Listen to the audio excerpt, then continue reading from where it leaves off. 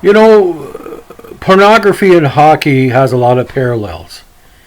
It can be very, very aggressive. It can be very, very out there. And the names of the actors or players kind of reflect their character. We talk about Peter North from Nova Scotia, the most active porn star of all time. Peter North sounds like a porn star. But if I tell you this name, the first thing you're going to say is that this is a hockey name. This is a name that will live on forever because it reminds people of an era, of a team, of a look. He had one of the weirdest perms of his era. So today we're going to talk about a player that probably caused more shit to the Toronto Maple Leafs and some of the other lower level teams. Don Saleski. Now Don Saleski, for some nickname, reason, he was called Big Bird. I don't know where it started. I don't even know if it's the Sesame Street version, but he had a really, really, permy haircut. Now he played 9 seasons in the NHL with the Flyers, helped them win 2 cups, and also the Colorado Rockies. Now he started his career as a low-scoring right winger for the very well-respected Regina Pats of the Western League. Now the Pats, over 67 to 69, played in the CMJHL, the WCHL, and the SJHL. His best season with the Pats was his last, where he knocked off 58 points in 40 games and 12 points in 11 playoff contests. 1970 eventually entered the season as a draft pick of the Flyers, and I think 64 overall was a great value for the pick. He played that year with the Winnipeg Jets and Saskatoon Blades. Now he got some seasoning in the AHL with the Quebec Aces and broke in with the Flyers in 72 for a cup of coffee, but had a really strong campaign with the Richmond Robins of the AHL with 57 points in 37 games. Now Saleski, rookie season, probably one of the most important rookie players in the Flyer system in the early to mid 70s, because he helped his team get to the second round of the playoffs against Montreal. Just a growing team, but his penny middle totals were very high that year with 205.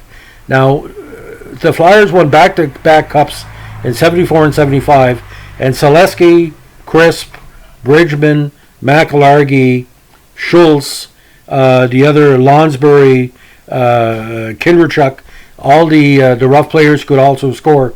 He fit well in their kind of third line.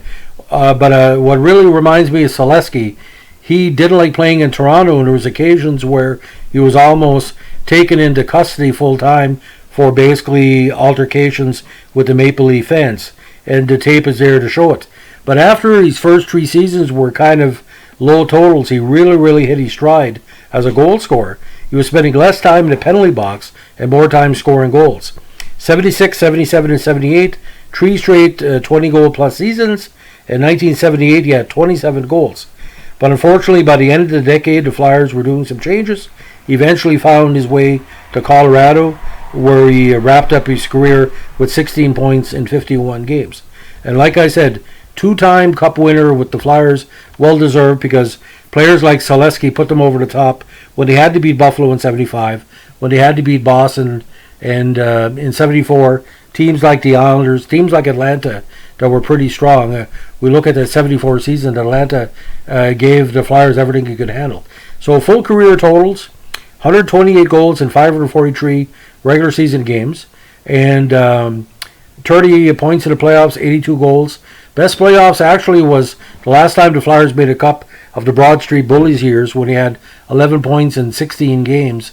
And he would always leave his better play for the playoffs, because he'd always find a way to score the big goal. But we still don't know exactly why Colorado felt there was something left. I think Saleski would be better off as a scout in Flyers management than anything else. Now, after his career, he got involved with business. He did start his own company called Business Edge Development, which helped other organizations in their what they call their recruitment and growth process. So Saleski, a good, they say the best players and athletes in Canada come from Moose Jaw. Saskatchewan. Maybe it's the Saskatchewan sealskin bindings that they wear, but when he played right wing, when he used to crash the net, I'll never forget that big friggin' perm. Maybe that's where the Big Bird come from. But the Flyers, if you remember the Flyer team of the mid 1970s, boys, they had nice haircuts.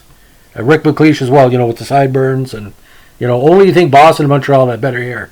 So if you're looking for an all-hair team, I think the 75 Flyers and Saleski would be at least top 5. So thanks for listening. By the way, give me a comment, like, and subscribe. We're still setting a goal to get enough subscribers to make this a monetization. And with monetization, we're going to try to find a way to divert the cash that we'll raise to hockey efforts across North America, especially for youth and women's programs.